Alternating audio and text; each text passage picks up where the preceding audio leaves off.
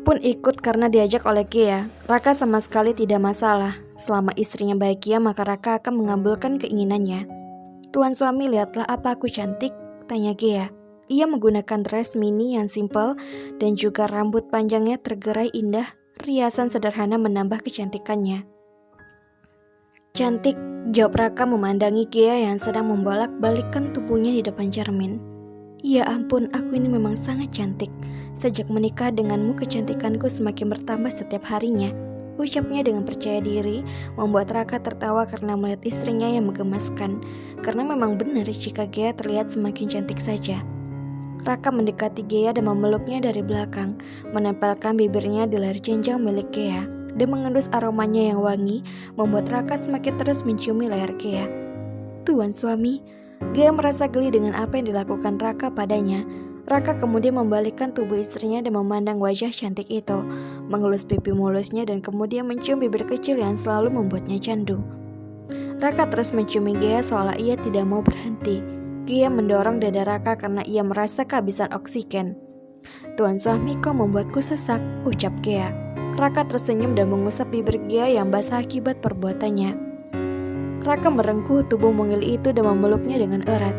Gea merasa waspada jika Raka sudah menempel begini, karena permainan kuda-kudaan pasti akan dimulai. "Tuan suami, jangan dulu main kuda-kudaan ya, kita kan mau berangkat, kasihan Bekti dan Bintang menunggu kita nanti," ucap Gea. Raka pun mengangguk setuju.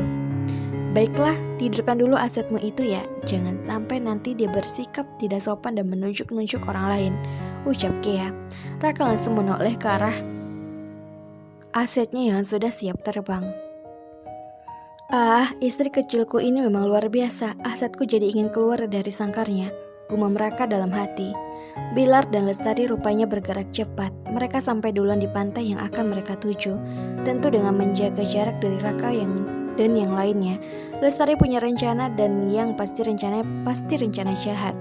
Mereka berdua mempersiapkan segala sesuatunya dengan matang meskipun sebenarnya Bilar tidak tahu jika rencana apa yang sedang dijalankan oleh Lestari, karena saat ini pikirannya tertuju pada Gea, gadis yang semalaman ini mengganggu pikirannya. Raka dan Gea segera turun ke bawah karena takut Bekti dan Bintang lama menunggu mereka.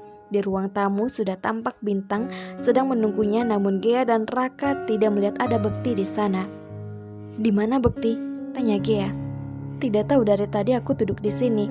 Mungkin dia masih di kamarnya," jawab gadis berambut sebau itu. "Aih, dasar buaya darat tidak disiplin.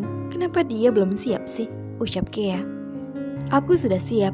Tiba-tiba Bekti datang di belakang mereka. Penampilan Bekti agak berbeda kali ini. Rambutnya yang biasa hanya disisir rapi, kini rambut itu beroleskan gel khusus rambut hingga terlihat sangat rapi. Dia juga memakai setelan jas yang sangat rapi. Bukankah mereka akan pergi ke pantai, bukannya ke kantor? Dan kenapa gaya berjalannya itu terlihat seperti penguin yang habis disunat? Terlihat sok kalem dan terlihat aneh pastinya. "Hei, apa yang terjadi padamu, Bekti?" tanya Gea. Raka yang melihat penampilan saudaranya yang terlihat terlalu mengada-ngada menahan tawanya karena takut jika tawanya tiba-tiba meledak, maka sudah dipastikan jika acara liburan kali ini pasti akan berakhir di rumah sakit jiwa. Karena si Gea mengira jika penyakitnya tambah parah.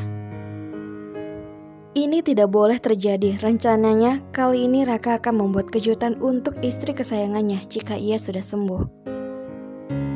Itu adalah momen yang Raka nantikan di liburan ini. Momen romantis bersama istrinya yang pasti akan berakhir di atas ranjang.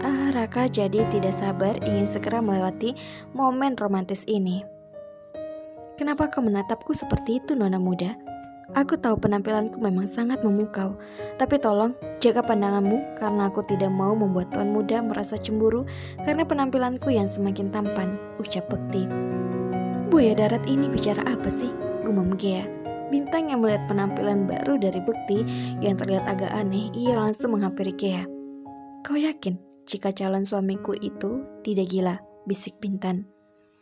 "Aku menyesal mengatakannya padamu, tapi sekarang aku ragu jika saudara suamiku ini waras. Apa dia terpapar virus Raka ya?" bisik Gea, namun masih terdengar oleh Raka. "Astaga, awas kau Bekti," gumam Raka. Ayo jalan, ajak Bekti yang berjalan dengan gaya sok keren saat melewati Bintang, seperti sedang mencari perhatian dan ingin ditatap si kucing betina yang lucu. Astaga, kenapa aku merasa sangat tampan hari ini? Gumam Bekti sambil tersenyum-senyum. Seperti biasa Bekti yang akan menyetir dan para pengawal menjaga di belakang. Gaya dan Raka ikut naik mobil Bekti, begitupun juga dengan Bintang. Gaya dan Raka duduk ke kursi belakang. Bintang hanya berdiri bengong melihat sahabatnya yang duduk bersama suaminya. Bintang, cepat masuk, kau duduk berdampingan dengan spesiesmu di depan, ucap Gea. Apa? Is, kau kan buaya darat betina yang menyamar jadi kucing betina. Ayo cepatlah duduk di samping calon suamimu, ucap Gea lagi. Gea ini bicara apa sih? Bintang menggeleng-gelengkan kepalanya, masuk ke mobil dan duduk di samping Bekti. Bekti melihat ke arah Bintang. Ada debaran yang aneh yang dirasakan oleh Bekti, namun ia berusaha bersikap normal. Kau sudah siap, Nona? Tanya Bekti. Tentu saja aku sudah siap, Tuan Tampan, jawab Bintang. Aku memang tampan, bahkan sangat tampan, ucap Bekti. Gea dan Raka memutar bola mata malas mendengarnya. Astaga Tuan, jangan tersenyum seperti itu, karena bisa-bisa liburan kita gagal, karena aku mengalami gagal jantung, ucap Bintang tersenyum malu-malu kucing pada Bekti.